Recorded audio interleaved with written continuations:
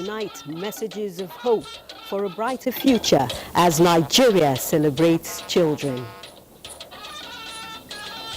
Federal government to end internal displacement of persons unveils state action plan. Plus, more ministries present scorecard of one-year stewardship of Tinubu government.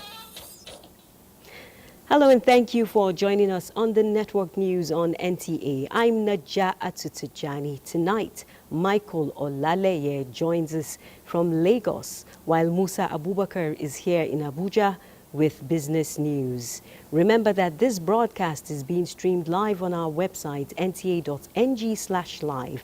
You can also watch the replay on our YouTube channel. Do follow us across all social media platforms as well for the latest.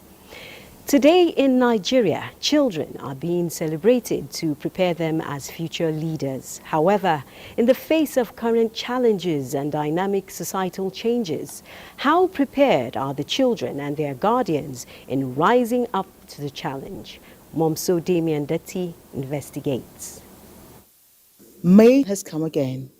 Diverse activities lined up to give children a memorable experience present itself, but only for those who can access the opportunities and privileges. We're meant to keep them because they are the privileges that will lead us to whatever we want in the future. We're happy that this special day over the years has been designated for recognition of children. They are entitled to having the best in terms of their rights. The essence of the celebration is to give children a sense of belonging, stimulate their awareness to their prospective roles and responsibilities, as well as initiate their preparedness as future leaders. I want to be a doctor. I want to be a policewoman because I love how they protect a person. I want to be a soldier. I want to be a lawyer.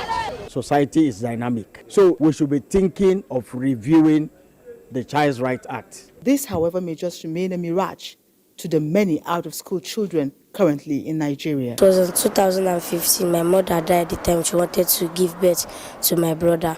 So my father now take me to the village to go and stay with my grandma. My father's sisters and brother now start against it. They was against me.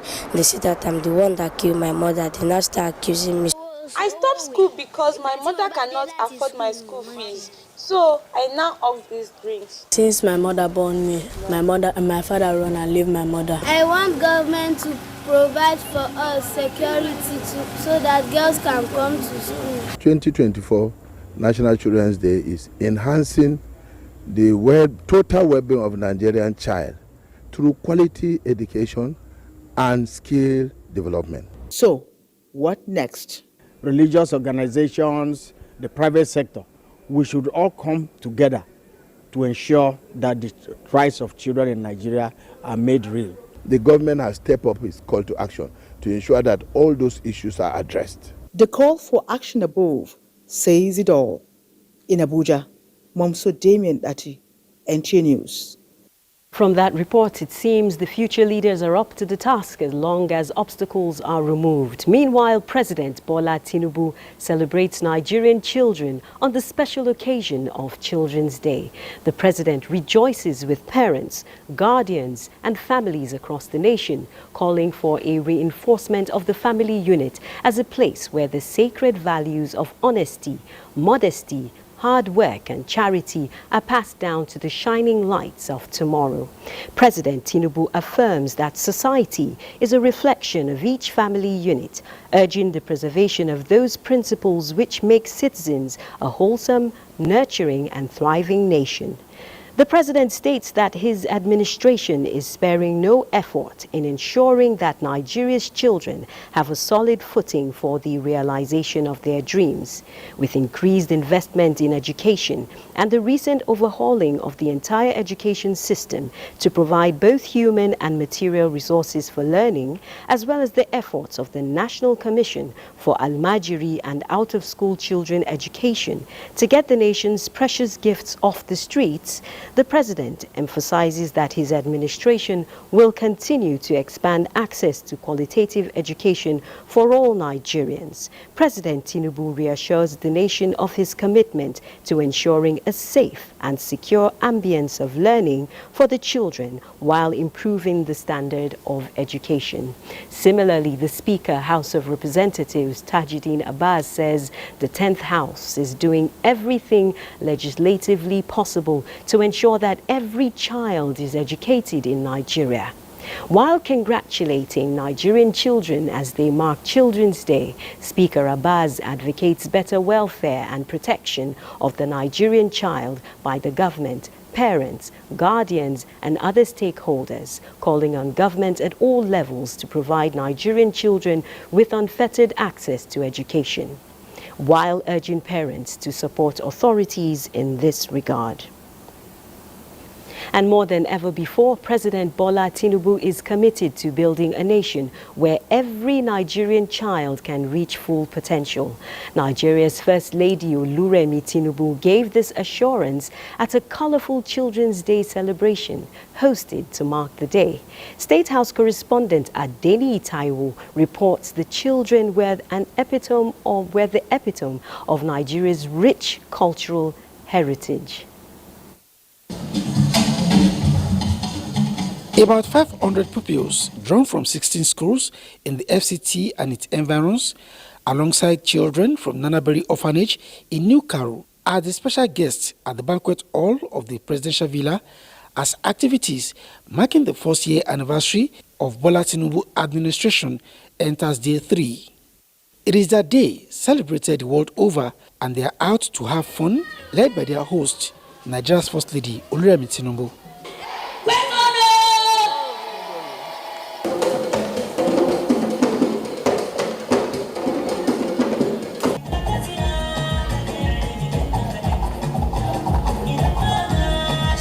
They are conscious that their dreams and aspirations can only be realized in a united Nigeria, a fact they showcased in some of their presentations. Let us protect her all together because divided we fall, united we stand. Each culture should join together to represent their own nation by making it better and to make it a united nation, one of the greatest nations in the world. Make us feel happy because to know that we have been actually appreciated and people actually recognize we children actually have the time to celebrate us. As we celebrate, we must not ignore the challenging realities of some of our children. It is incumbent upon us to support them in whatever way we can by showing them love, care and compassion. And putting words into action, she announced another round of interventions. On behalf of the Renewed Hope Initiative, each participant school will be given a grant of the sum of 10 million naira towards their school's developmental needs. As you celebrate this special day, I urge you to embrace the values of respect, discipline, and hard work. The First Lady also joined the children to cut the anniversary cake. In the State House, Adeni Taiwo, NTA News. Meanwhile, the National Commission for Almajiri and Out-of-School Children's Education joins in celebrating Children's Day with the theme, For Every Child, Every Right. The Commission notes that the theme resonates deeply with the Commission's mission to ensure that the Almajiri and out-of-school children have access to quality education and a chance to thrive, reiterating that every child deserves the right to education, healthcare, protection, and a safe and nurturing environment to grow and develop in line with the renewed hope agenda of President Bola Tinubu's administration.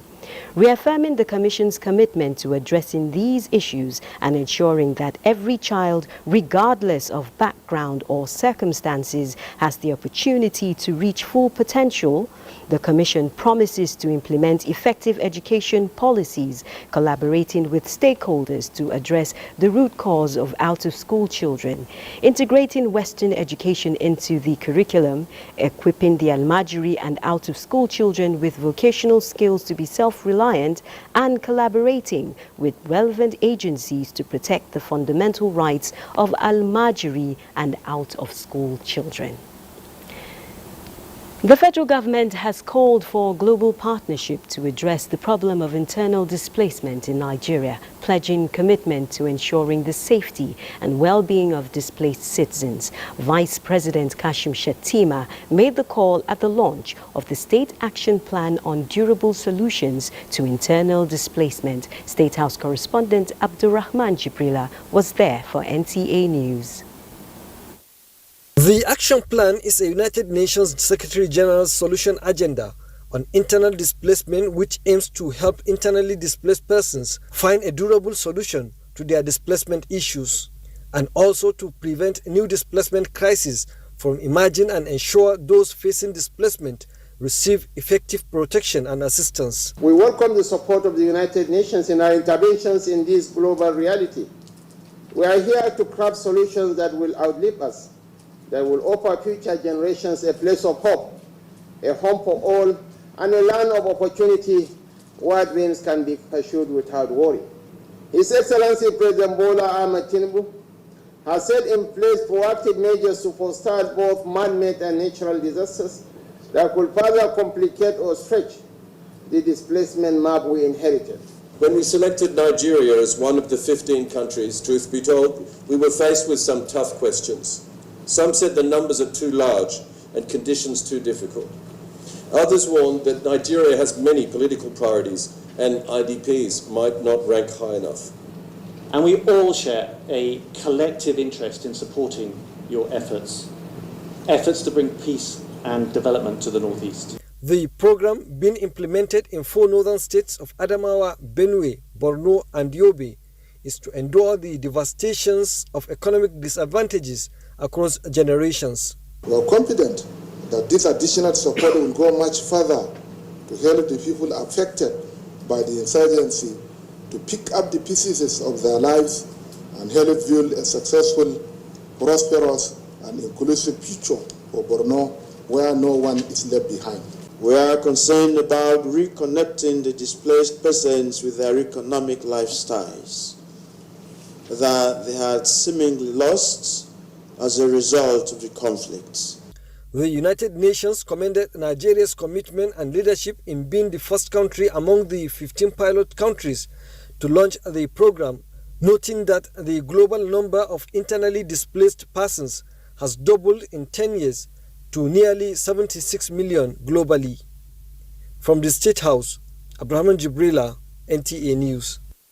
And still on providing stability, empowering local governments to fulfill their mandate is the foundation for ensuring the safety, stability and well-being of Nigerians. President Bola Tinubu stated this in a message at a national discourse in Abuja on Nigeria's security and good governance at the local government level. National Assembly correspondent Mitaire Ikpen reports.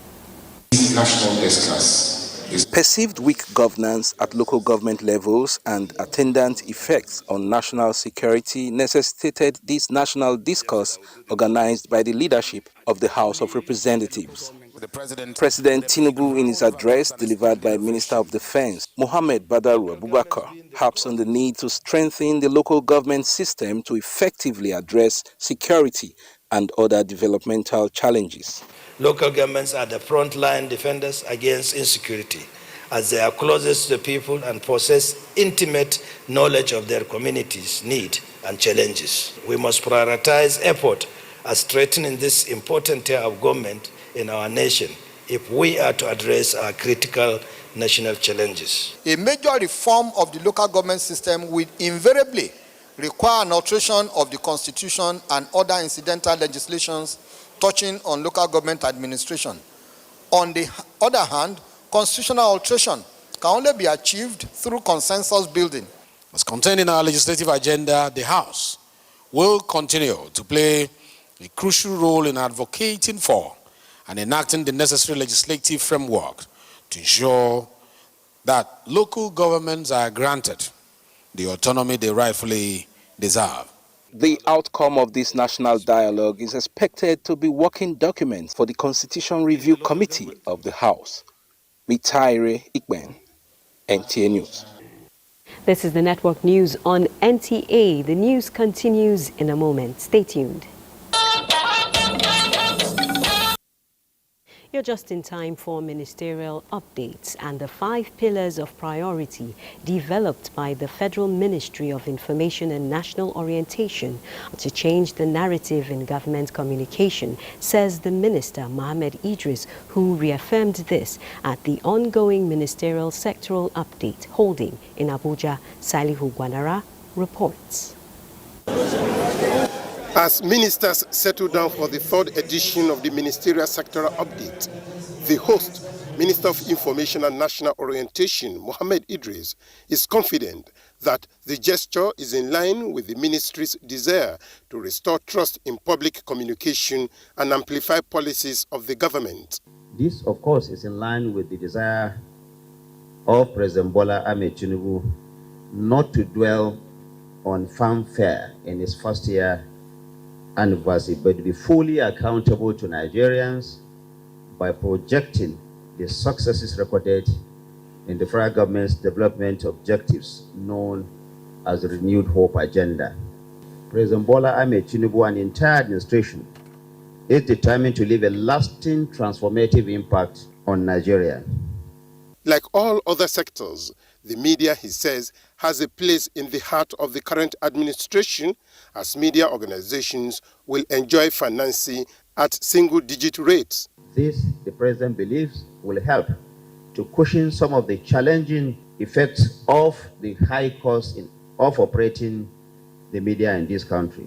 It is now incumbent on all media practitioners to develop bankable proposals to access this financing. The ministerial sectoral update is the highlight of the Renewed Hope government within 1 year. In Abuja, Saliu Gwanara, NTA News. Similarly, the Minister of Aviation and Aerospace Development, Festus Keyamo, says investment in 5 focal areas in the sector is strategically geared towards delivering the mandate of the present administration, as encapsulated in the 8 priority areas of the Renewed Hope agenda. Aliu Kabir has the update.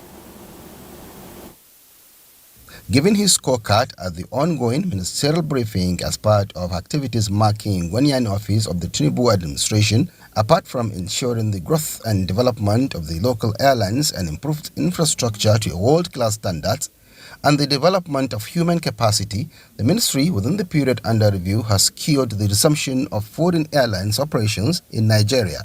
Egypt Cargo and Emirates Airlines are good examples. The minister further stated that the aviation ministry under the Tinubu administration has also secured partnerships and cooperations globally towards improving safety standards and security of the sector, as well as optimizing sources of revenue generation, putting the industry as one of the best in the world. We can't even imagine the dangers of just using one runway in the nation's capital. We thought that was priority once we came in. But guess what? It did take 2 weeks, less than 2 weeks when we came in. Using our God-given skills as lawyers, it was not difficult for us to engage the people. And I'm happy to tell you that the construction of the second runway has started. The Minister of Information and National Orientation, Mohammed Idris, underscored the strategic importance of putting this open dialogue together for Nigerians to have a first-hand information of the performance of the present administration within the first year in office, with a view to putting more effort to deliver on its campaign promises. In Abuja, Aliu Kabir, NTA News. And from aviation to agriculture, the ministry says government intervention in food production in the 2023-2024 farming season has increased nationwide. The ministry has also produced and distributed more than 14 million doses of vaccines and pesticides to address trans-border animal diseases. Musa Baba Aliu reports. Food security is all about availability, accessibility, and affordability of food a country consumed the most. In the past 360 days, the government, through the Ministry of Agriculture and Food Security, has invested and empowered farmers who cultivate assorted food across the country. We distributed 60,432 metric tons of improved seeds, 887,255 metric tons of seedlings, 138 numbers of value kits, 62,328 metric tons of inorganic fertilizers, 1,200 numbers of different equipments to farmers across different value chains to enhance production. The government has also invested in seed production, which has given Nigeria international recognition.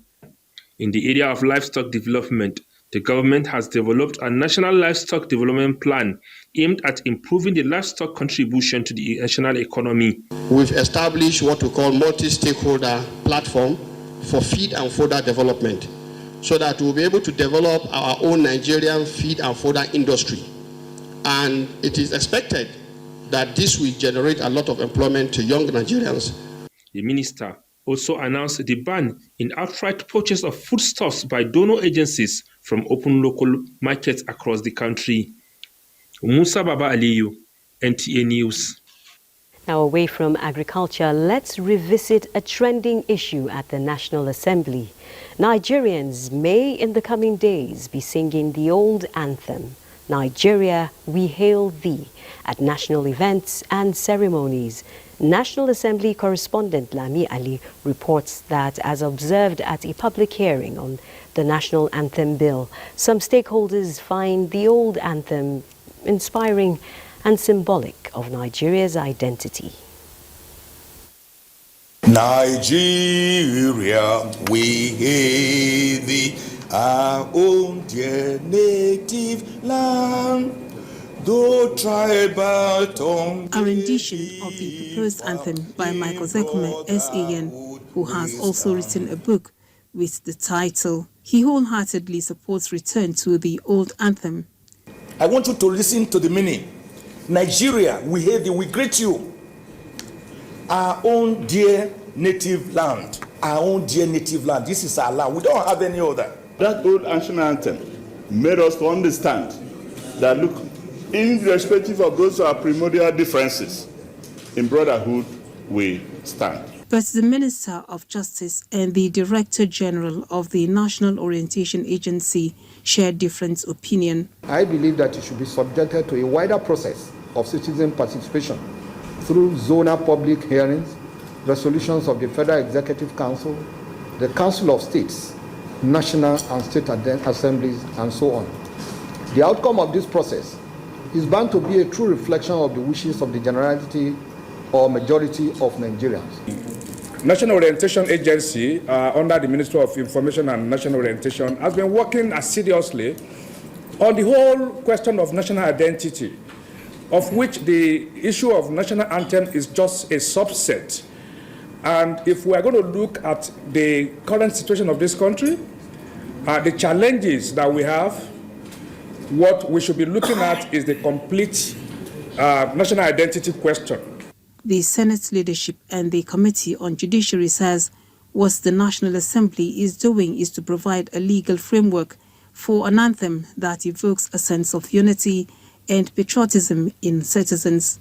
The new anthem, Nigeria We Hail Thee, will inspire in us the zeal to build a fully integrated and indivisible nation. Our former national anthem, Nigeria We Hail Thee, better captures the spirit and aspirations of our great nation. It is a resounding symbol of our identity and unity as a nation. It represents the values, aspirations, and pride of every citizen. If a foreigner can give us what speaks to our mind, what brings us together, what instills in us that spirit of patriotism, I think we should go back to it. It is timely that we go back and look at where we came from. We look at what will help this country. We don't have a choice than to live in peace. And if you listen to the lyrics of this old anthem, which this bill represents, you see that it actually shows that if eventually passed and assented to by the President, Nigeria We Hail Thee, introduced as independence in 1960, will be the first anthem to be backed by law. From the National Assembly, Lami Ali, NTA News.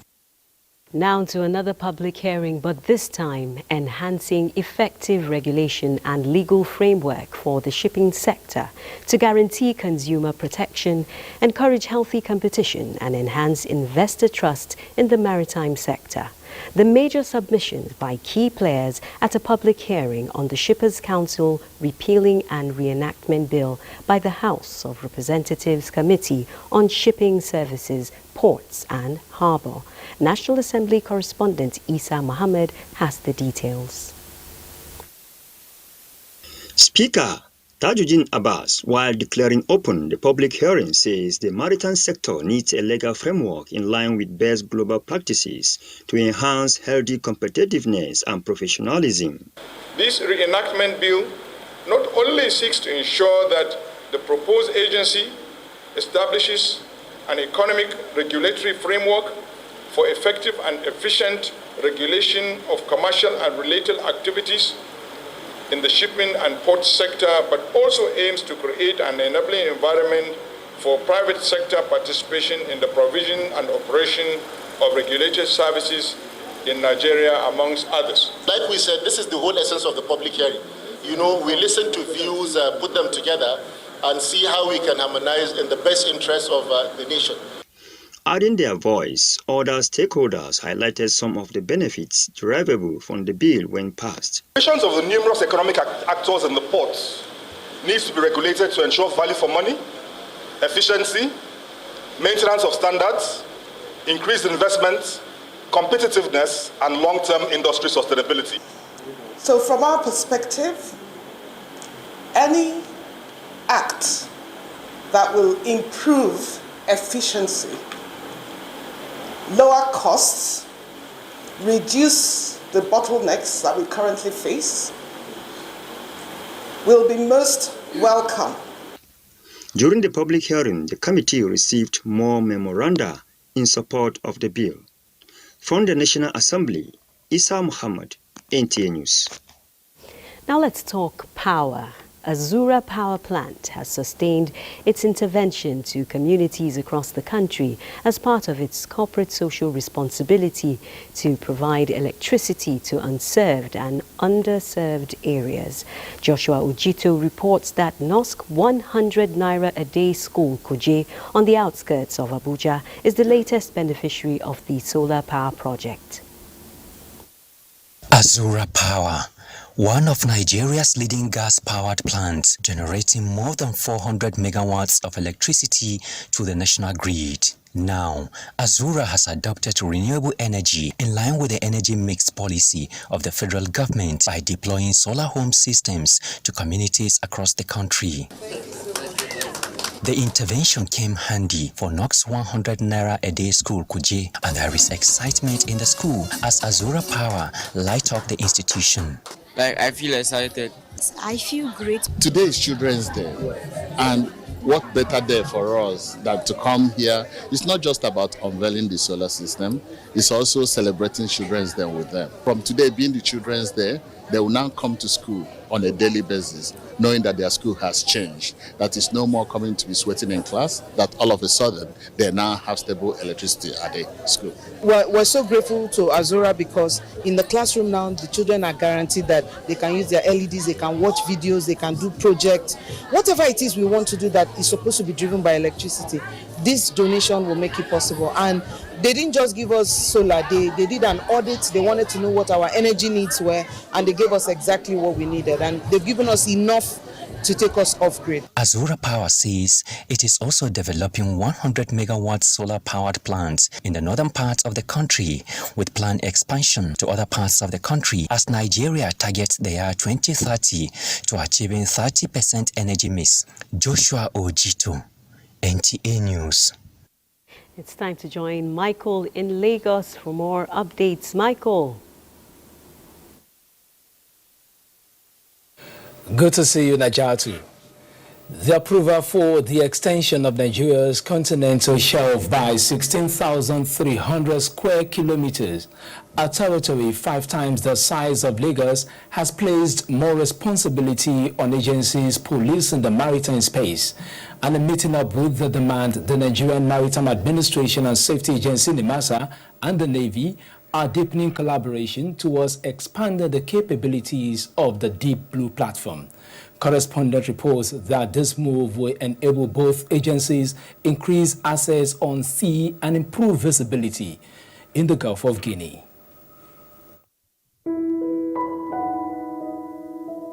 Newfound ocean space coming with loads of responsibilities, especially in the area of securing the eco-space once dreaded due to high rates of piracy. The most stars are returning at a time the country has secured an extension, but in keeping up with the task ahead, this show of force known as Operational Maritime Capability Demonstration is to stress readiness. Beyond the maneuvering, deck landing, fast troop descending from a helicopter, the Director General of NIMASA observed greater issues bordering on reinvesting for sustenance. We would be making a case to the Honorable Minister to support in terms of giving us more equipment for us to be able to cover the whole of the Nigerian territorial waters, as well as lend support to the Gulf of Guinea as well, so that the whole region will be pirate-free. The Chairman House Committee on Maritime said the Deep Blue platform has placed Nigeria on a high international pedestal, a showing of improved budgetary allocation. If we have security situation almost zero in our water, the revenue generation scope of NIMASA will be increased. Yes. And by extension, that of the maritime sector. In an effort to sustain the effectiveness of the machineries put to sea to wage war on crimes and offenses, an interceptor marine workshop will be functional to continue delivering on the mandates.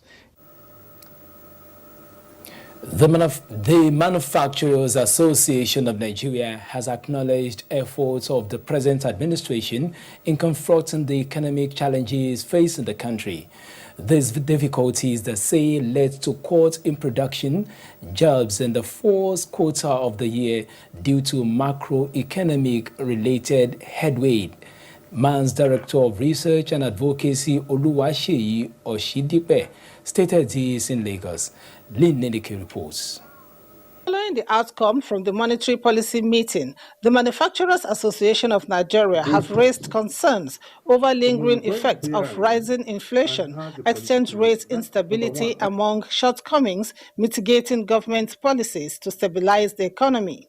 It is a real hope, fervent hope that these attributes that were found in Mr. President will translate to reality, followed by action plans that will be beneficial to the manufacturers and the economy at large. The Manufacturers Association of Nigeria also examined the persistent macroeconomic instability in Nigeria, resulting from sustained monetary policy decisions over the past 2 years, and negative impact on the manufacturing sector.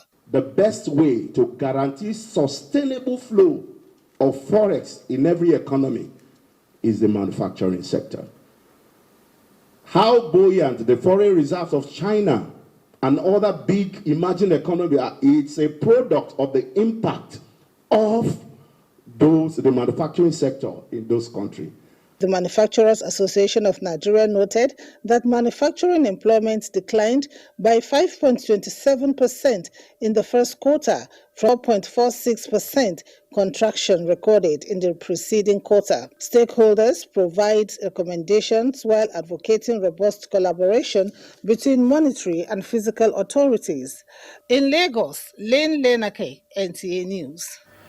Time for some messages, and when we return, business news is next with Musa Abubakar. Please stay.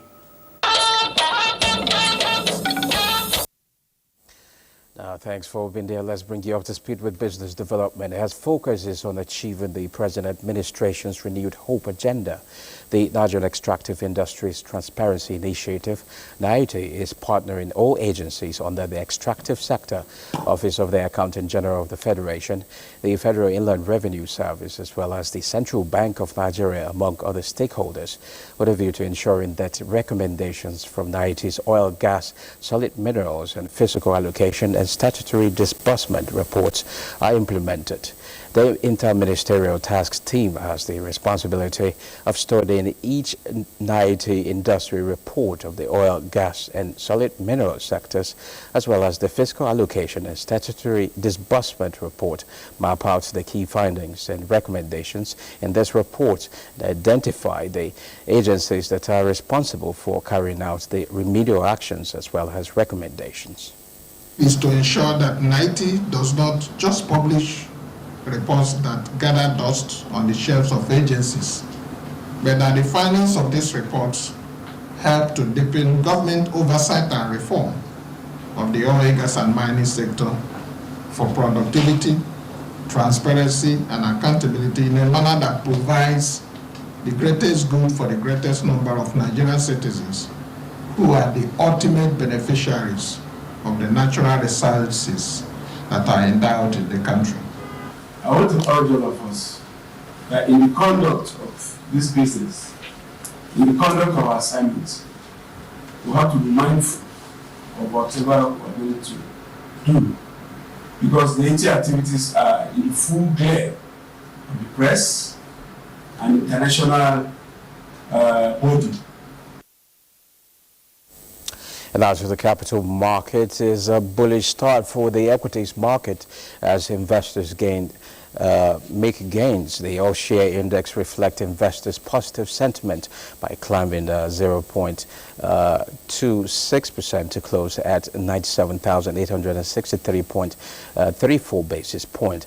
At the end of the first weekday of trading on the NGX stock market, a total of 366 million shares in 8,031 deals corresponding to a market value of 5.9 billion naira were traded.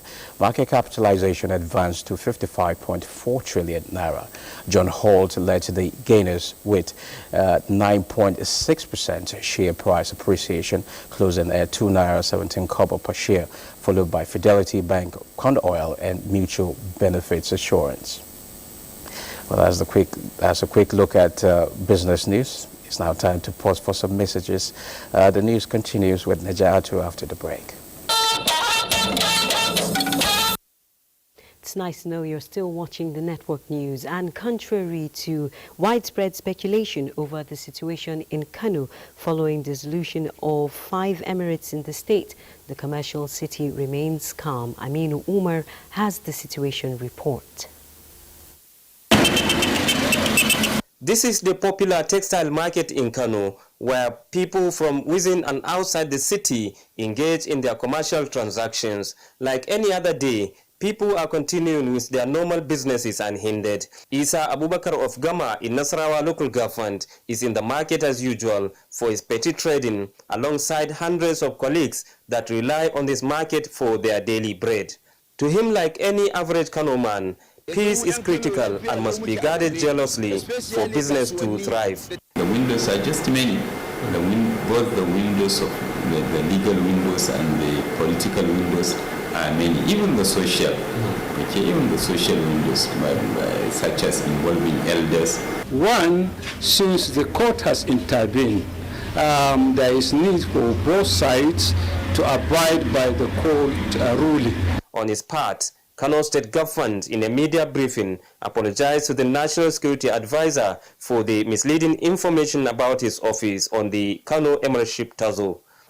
That Kano State Government will continue to work and cooperate with him and give him all the support necessary. Meanwhile, a state high court in Kano restrains Aminu Ado Bayero and 4 others from parading themselves as emirs. Meanwhile, the Nigerian army, while disputing the alleged involvement of his men, said their main concern is to prevent the breakdown of law and order. This, the Commissioner of Police in Kano, Muhammad Hussein Gumal, noted the role of the police and all the security agencies is to maintain law and order. In Kano, Amin Umar, NTA News.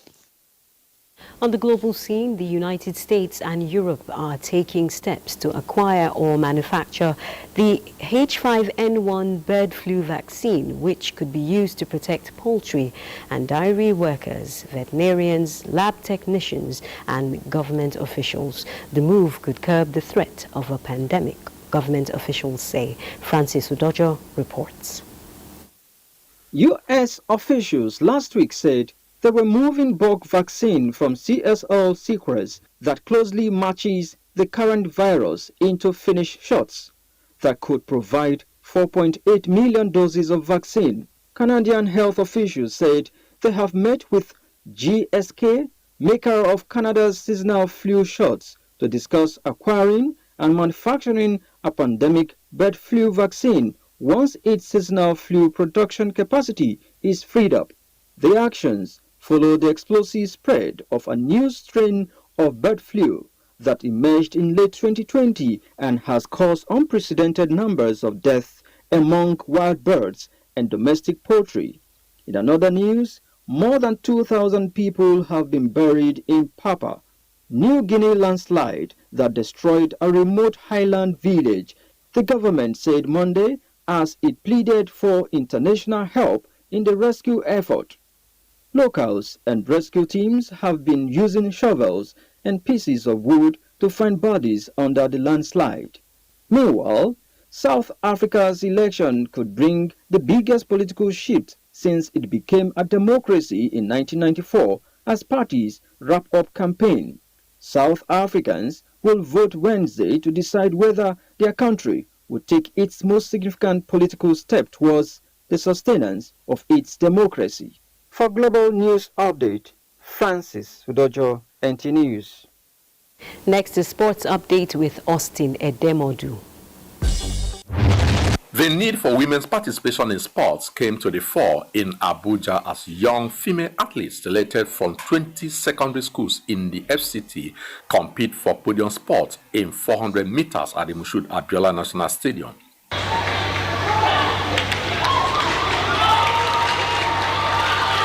The organizers, Nigerian Association of Women in Sports, say engaging the young girls is the best way to prepare them for national events. These female athletes are being given equal opportunity in terms of both the allowances and other privileges. Meanwhile, the dream of the Special Eagles of Nigeria to conquer Africa in the ongoing Amputee African Cup of Nations in Egypt was cut short by a 6-2 defeat to Morocco in the semi-finals. The team will now have to settle for a third-place battle against Algeria. However, followers of the game believe that the Special Eagles deserve special attention. Yes, they don't get the support that the national team, the men's team gets, but having qualified for the World Cup, I think there should be more enlightenment for Nigerians to come out and support this our Special Eagles. Irrespective of the outcome of the third-place match, the Special Eagles have already qualified for the World Cup later this year. In tennis, Australian Open champion Jannik Sinner got his 8th successful Grand Slam victory after seeing off Christopher Eubanks 3-6, 3-6, 4-6. Sinner will now face French wildcard Richard Gasquet. In the women's category, Tunisian Orange Jaboua is past American wildcard Sachia Vickery 6-3, 6-2 to progress to the second round. With Sports Update, I'm Austin Edemodu, NTA News. That Sports Update concludes the network news on NTA. But before we go, a quick reminder to stay tuned to the NTA network service for the first two in our documentary series marking President Bola Tinubu's 1 year in office. That's right after the network news. Thanks for watching. I'm Naja'atu Tijani.